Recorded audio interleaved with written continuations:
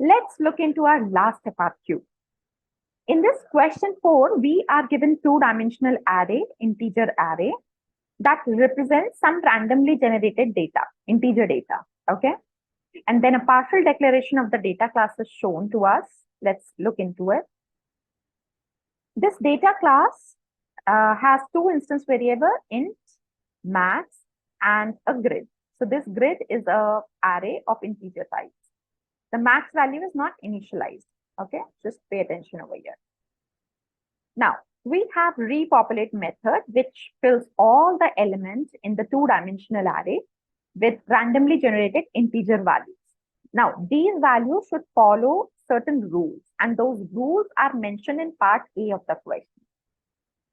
Next, we have count increasing calls method, which returns the number of columns in the grid that are in increasing order. Now, what is meant by this increasing order? That will be mentioned in part B of the question. Okay, so let us now look what we are supposed to do in part A of the question first.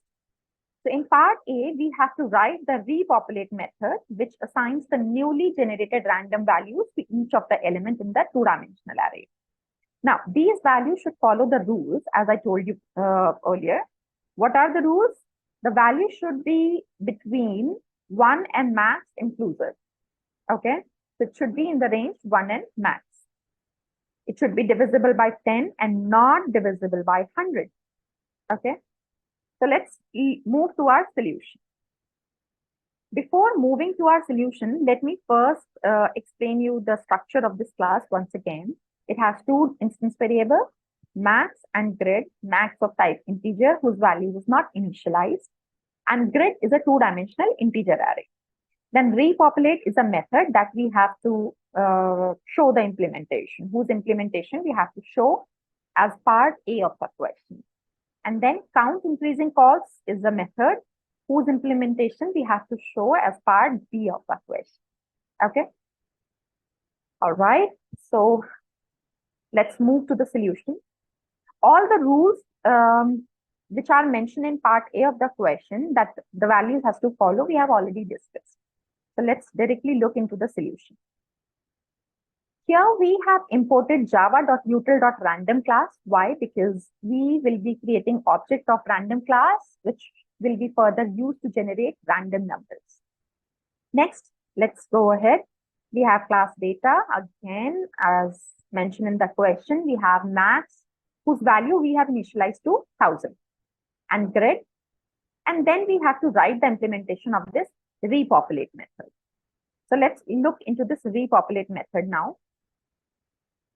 Okay, so in this repopulate method, we are creating an object of class random. So this object will be used to generate the random numbers.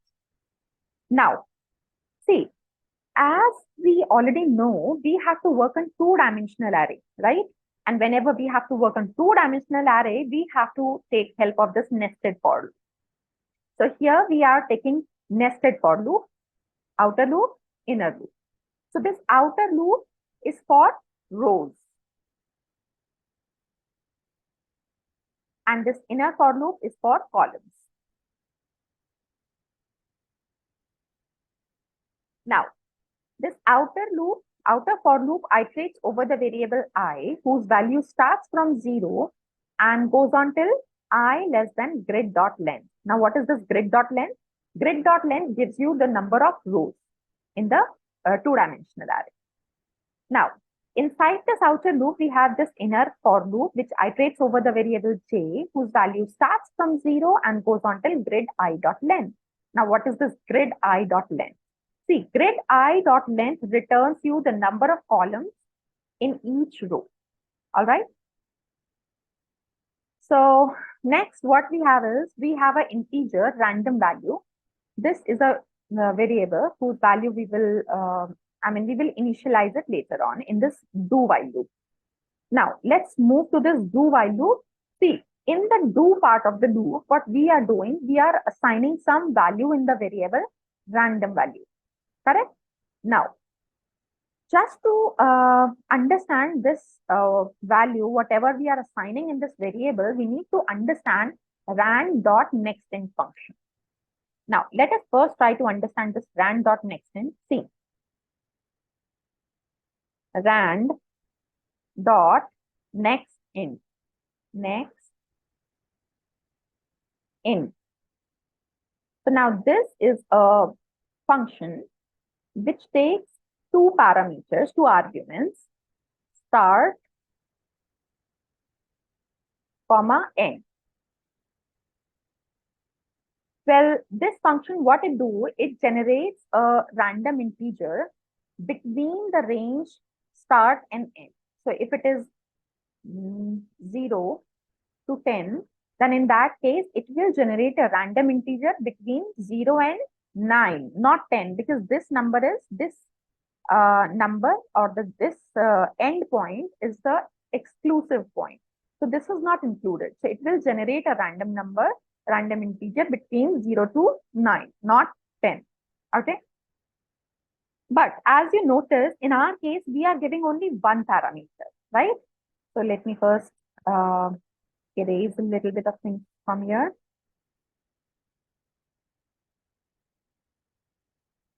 Okay, there we go. Okay, in our case, we are given only one parameter. What is that one parameter? Max. Okay.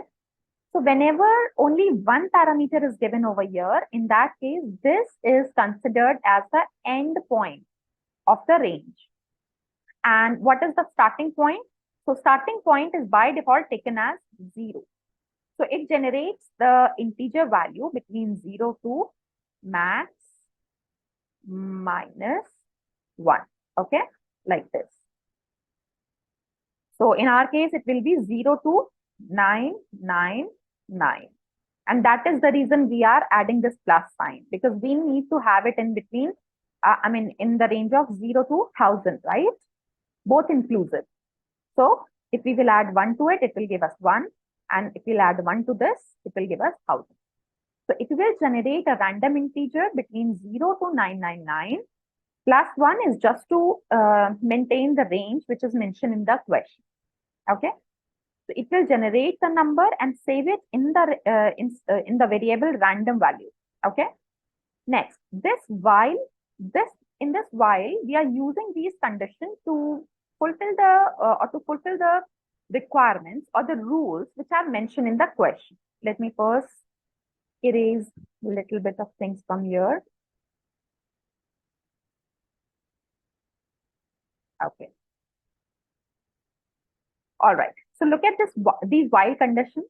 So there are two conditions in this while. One is this, and the other is this. Both are attached with or. Or means at least one should be true. Okay. Now let's look into these conditions. So random value mod 10. Random value mod 10 returns the remainder whenever the value of random value is divided by 10. And now if the remainder not equals to 0, that means the number random value is not divisible by 10. Okay. So why we are using not divisible by 10? Because in the question it's mentioned it should be divisible by 10. See, whenever we use this while conditions, while option, while loop, in that case, we always have to mention the conditions in opposite manner. So in the question, if it is given, it should be divisible by 10. We should mention it should not be divisible by 10. Okay, because we have to continue doing it until and unless the number is not divisible by 10. Okay, so here we mention the conditions in the opposite way. Similarly, the number should be divisible by 100. But in the question, it's mentioned should not be divisible by 100. And that's the reason I have used the opposite conditions. Now, whatever the number is generated by now is fulfilling all the rules that are mentioned in the question. So now that value we will put in the two-dimensional array grid ij. So I is the row and j is the column. So in this grid ij, we are putting that value. So by the end of these nested for loop, our grid two-dimensional array will be filled with all the random integer values which fulfills the requirements or which implements the rules which are mentioned in the question.